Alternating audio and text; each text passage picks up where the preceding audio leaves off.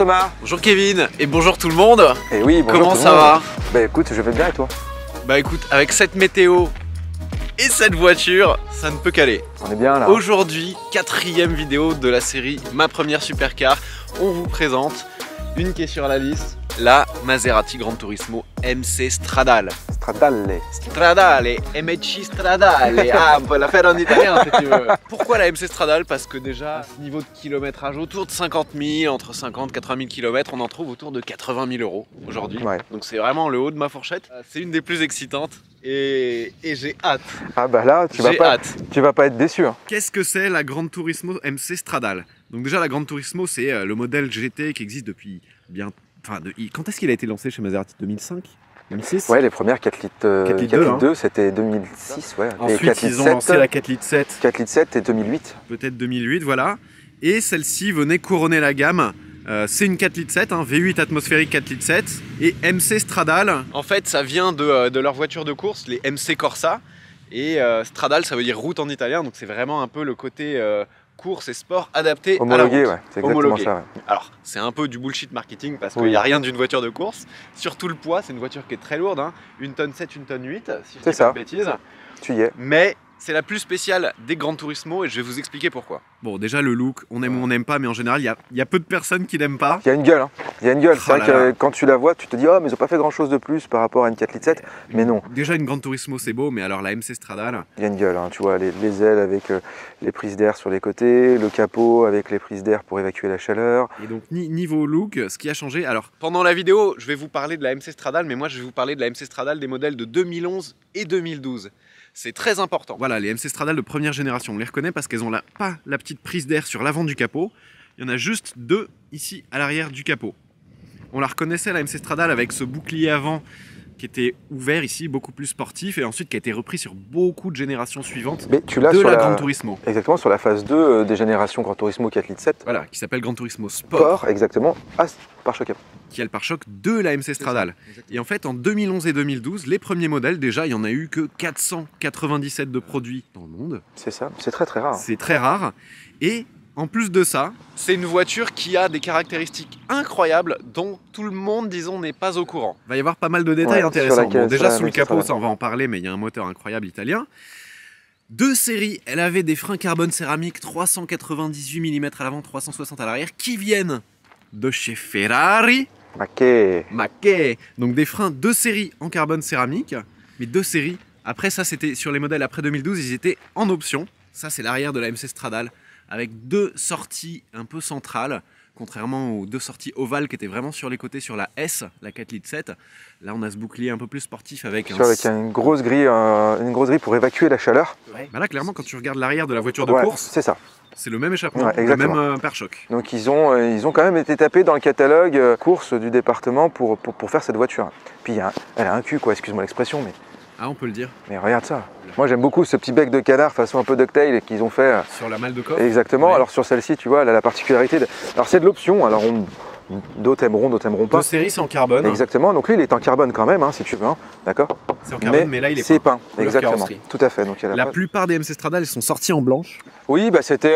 Tu sais, il n'y avait pas beaucoup de possibilités de configuration à l'époque. Hein, 497 voitures. Bah, le gros de la prod était sorti en blanc. La particularité de celle-ci, c'est que je suis pas sûr qu'il y ait 150 bagnoles qui soient sorties grises comme ça. Quoi. Non, grise, elle est très rare. T'as vu la subtilité des jantes qui reprennent le trident, le dessin des jantes. Alors le trident, évidemment, la petite spécificité Maserati.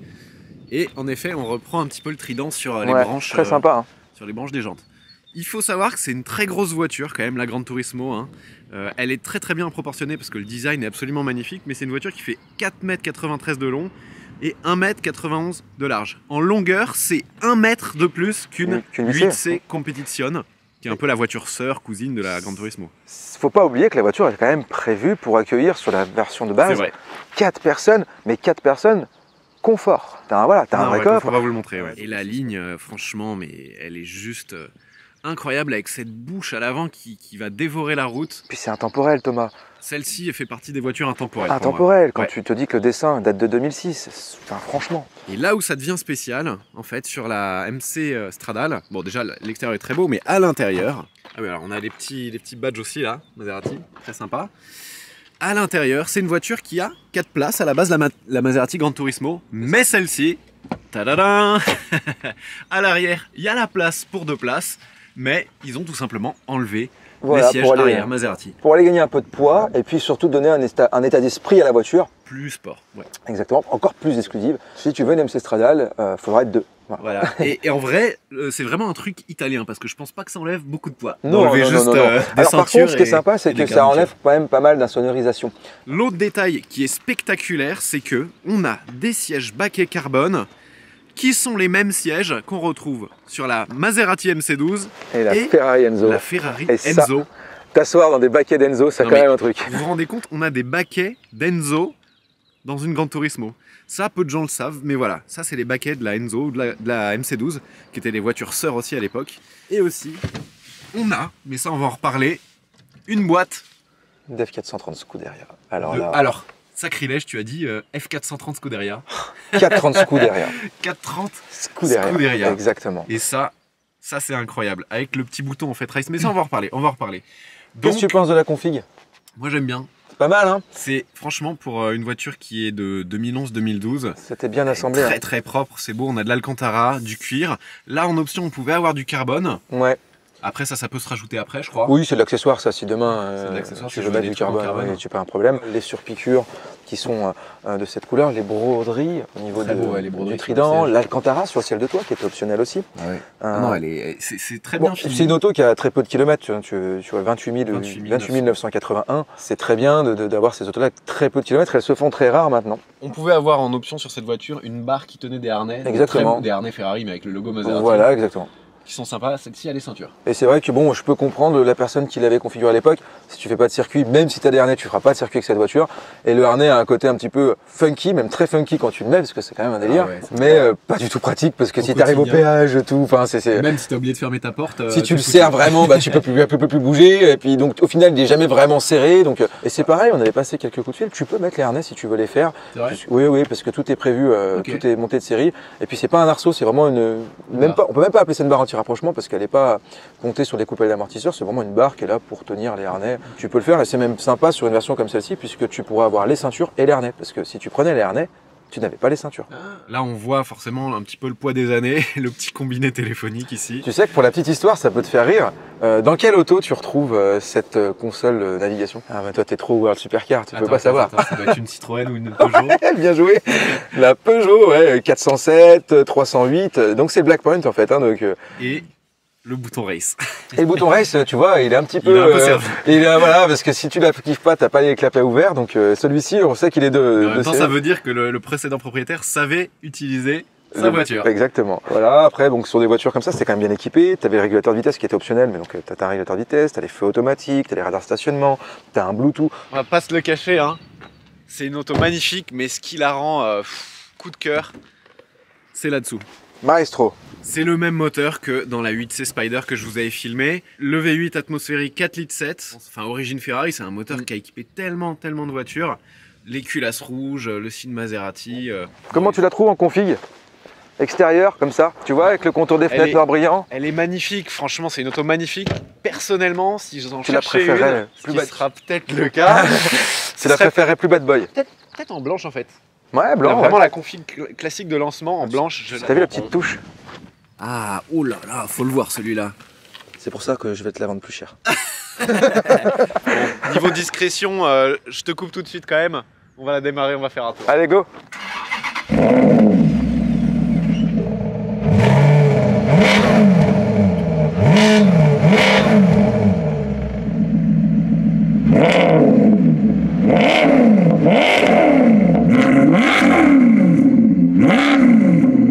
Le coffre, alors il n'est pas hyper profond parce que forcément on a théoriquement des sièges arrière qu'on n'a pas. Ah oui, il fallait sacrifier un peu le coffre pour avoir de la place derrière. Vraie italianerie, mais c'est quand même vraiment correct. Quand même, tu peux mettre des sacs et tout et partir en road trip sans problème, vu qu'en plus tu partiras que à deux.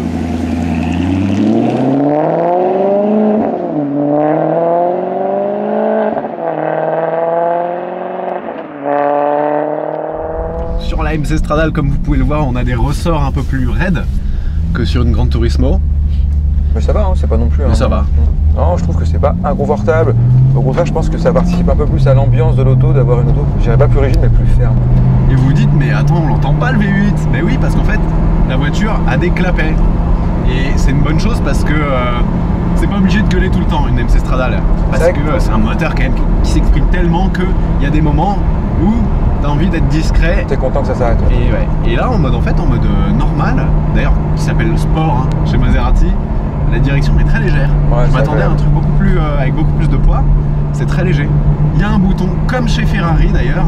Il y a beaucoup de ressemblances avec Ferrari et ça va beaucoup plus loin en fait qu'un bouton qui s'appelle Race. Alors on appuie dessus, la voiture se réveille. Et en fait, pour moi la caractéristique la plus importante et emblématique, à part évidemment la sonorité de cette voiture, c'est la boîte. On a la boîte F1 de la 430 Scuderia, qui est une boîte robotisée à simple embrayage.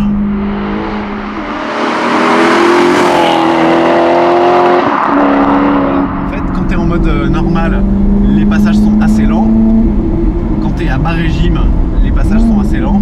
Et quand tu la mets en race et à haut régime, c'est comme une 430 Scuderia.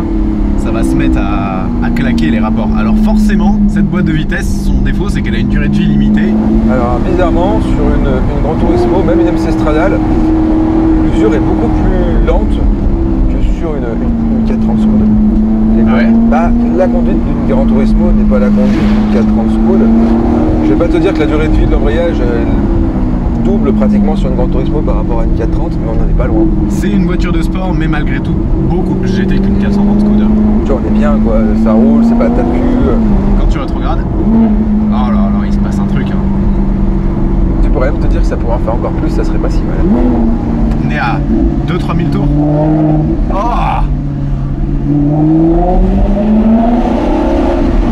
et t'as vraiment une plage moteur où elle chante mieux. Il y a un sweet spot. Exactement. C'est-à-dire qu'elle fait jamais le même bruit sur toute sa plage de régime. Et pour l'instant, le truc qui me surprend le plus, c'est le poids de la direction. Attends. Un petit muret. Alors là, s'il y a vraiment une voiture où il faut faire le petit muret. Et le tunnel aussi. Et le tunnel.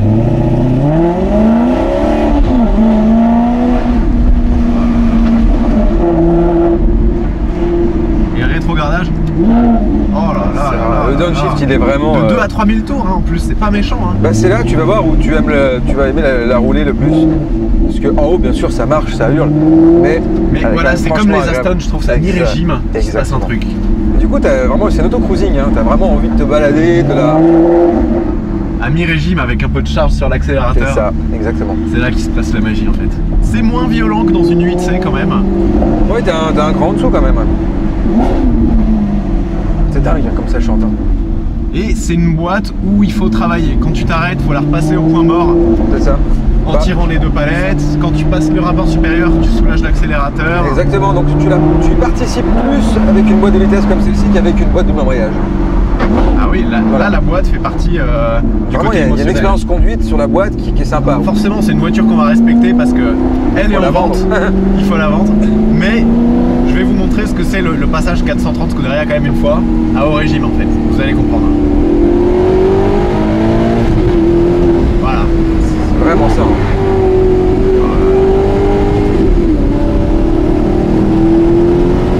Et regarde, au rétrogradage, vu que c'est un Atmos, bam, ça monte dans les tours, ouais, jusqu'à 8500 tours. Et puis la vitesse de passage de rapport change vraiment en fonction de ton régime moteur. Ouais, c'est vraiment une voiture qui se roule avec la fenêtre entrouverte. Ah ouais, complet. Là, on est quoi? 50 km/h, 40. Et tu cruises. Quelle autre voiture fait ça à cette vitesse? Franchement, il n'y en a pas beaucoup. Non.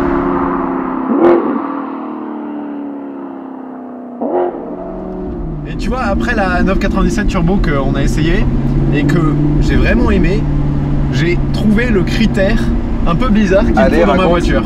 C'est qu'il faut que ce soit une voiture qui, la nuit, si je me réveille, me donne envie de me lever et d'aller faire un tour. Ah oui, ok, je comprends. Cette turbo va te faire lever le matin pour aller au travail en disant je suis content parce que j'y vais bosser avec ma 911. Et elle marche, voilà. Etc. Mais normalement, tu te réveilleras pas la nuit. Ouais. Celle-ci. Bah, là, moi, j'aimerais pas être ton voisin si tu t'amuses à te réveiller la nuit avec une Gran Turismo MC Stradale. On risque de pas être copains. Ouais. Oh là là, et quand tu relâches, tu vois, c'est très caverneux comme bruit. 30 km/h. Oui, t'as pas envie de faire le con avec une auto comme ça. Excuse-moi, je suis vulgaire, mais. C'est classe et en même temps, il n'y a pas grand chose à dire. On va quand même parler un peu de détails. Niveau puissance, on a 450 chevaux. Après, sur les suivantes, ils sont montés à 460 sur les Gran Turismo Sport. Mais ça sert à rien. La courbe de couple n'a même pas augmenté de mémoire. Non. Couple, on est à 510, si je dis pas de bêtises. Tu ne dis pas de bêtises. Et les freins ont un bon mordant. C'est des céramiques de première génération chez Ferrari, donc c'est pas les meilleurs, hein. C'est pas comme aujourd'hui sur les voitures modernes, mais ça freine, il couine pas trop. Moi là où je suis le plus content, et je pense que les abonnés, j'espère que vous pensez à moi et que vous vous dites il a raison, c'est qu'hier il m'a secoué dans la 911 turbo. Et que là, elle lui donne pas envie d'être insupportable. Alors que je pensais que ça allait être le contraire. Ah ouais. Et là, t'as envie de cruiser. Ah ouais, et quand t'as une petite ligne droite, puis je trouve que l'auto a une belle allure, quoi. Elle est aussi belle à regarder qu'à écouter passer. C'est tu vois, même pas plus en fait, juste là, cette fois. 3000 tours. 3000. 3000 tours. Faut pas que j'en dise trop du bien parce que la cote va trop monter. Ah. Ouais, c'est une voiture qui est de moins en moins oubliée, hein, ça y est. Hein, les gens commencent à comprendre ce que c'est. Oui. Ah, tu vois, là, la direction, elle est très démultipliée en fait. C'est là où tu sens le poids des années, je trouve, dans les voitures, de plus en plus, c'est la direction. Maintenant qu'ils sont très directs dans les voitures modernes.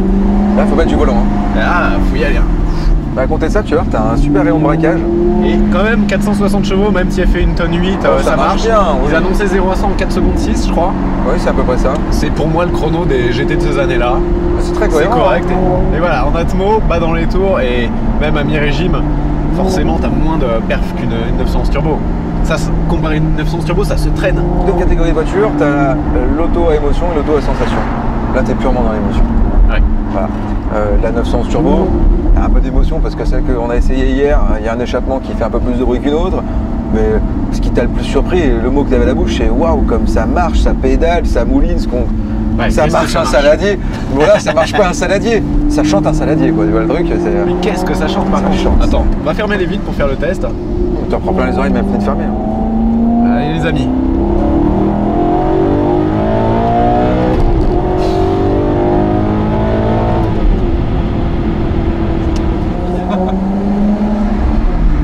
Ah là là, c'est cette plage qui est dingue.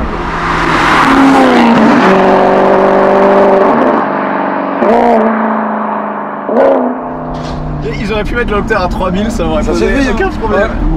Mais très honnêtement, sincèrement, je pensais qu'elle allait gueuler plus. Bah, des vidéos que j'ai vues, je me suis dit, là tiens, tout n'est pas ouvert en fait, si. Attention.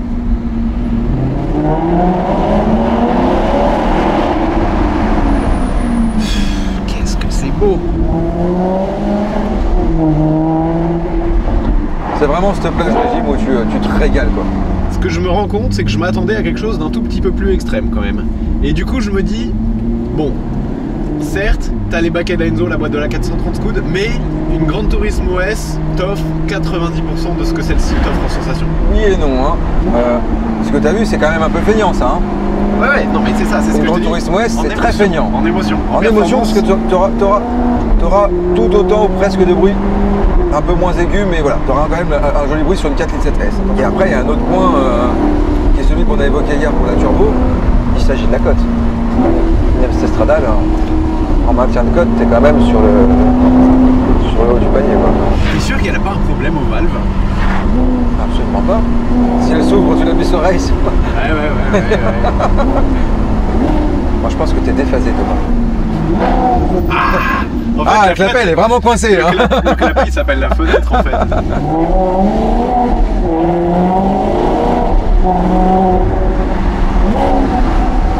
C'est magique. Il y aura plus jamais une auto qui fait un truc comme ça. Non, c'est bel et bien terminé. Ça se comporte bien, mais la direction est trop légère, vraiment. Thomas, c'est une GT. On est là pour que tu roules facilement, sans prendre la tête, et qu'elle ne te fatigue pas.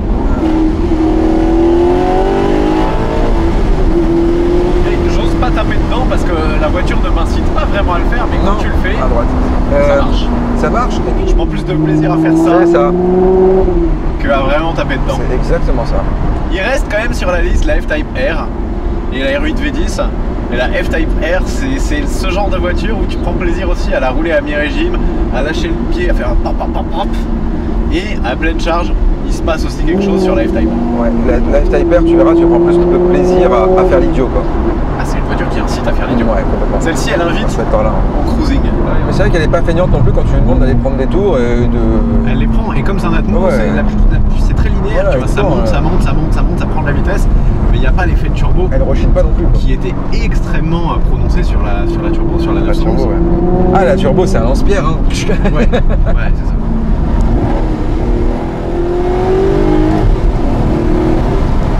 Et avec celle-ci, voilà, tu peux avoir, en conduite très sport, le côté très brutal de la boîte de la Skoda. Ouais. Mais c'est après que tu te rends vite compte que tu vas pas l'exploiter souvent. Exactement.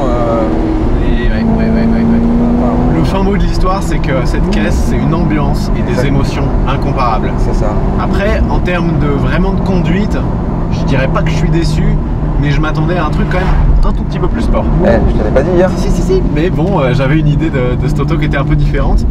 Et je pensais que ça allait être plus éloigné que ça de la Gran Turismo S. Quand par exemple tu me dis ah ouais mais moi si j'en veux une je la veux blanche, les harnais, le machin. Ok. Mais c'est pas la voiture. Tu vois ce que je veux dire?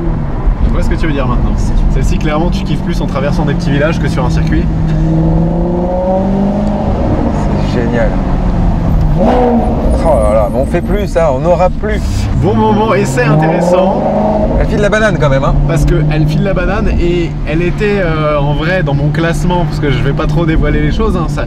En vrai, j'ai pas choisi. Hein. Mais je sais, moi, dans, tout en haut, moi c'est plus l'émotion qui prime sur la performance quand même.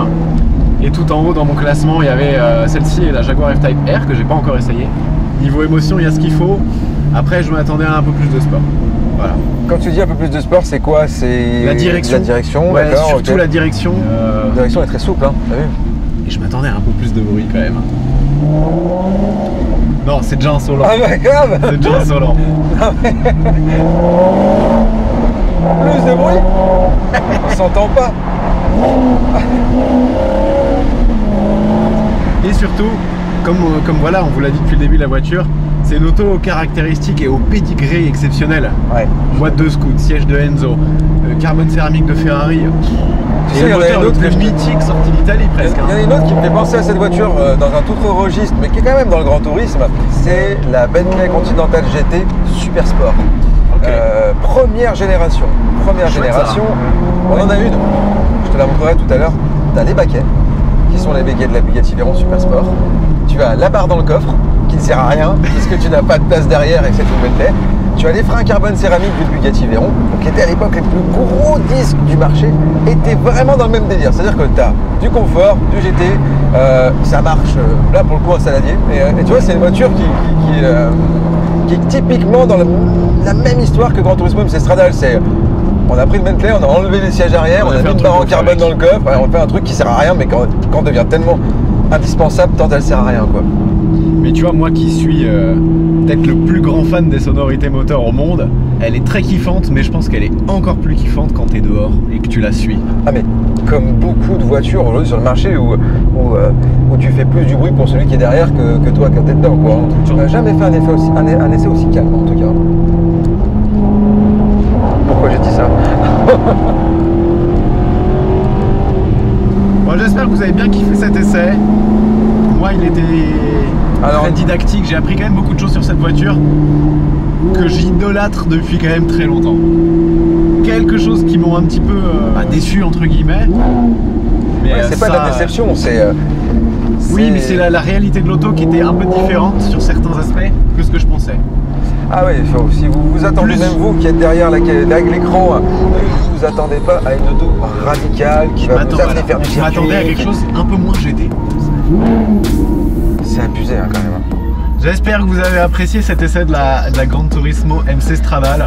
Très intéressant, moi j'ai trouvé une voiture très plaisante. Après, est-ce que ça sera ma première supercar? Celle de l'avenir nous le dira. Merci Kevin, à la prochaine. Merci Thomas, à bientôt tout le monde.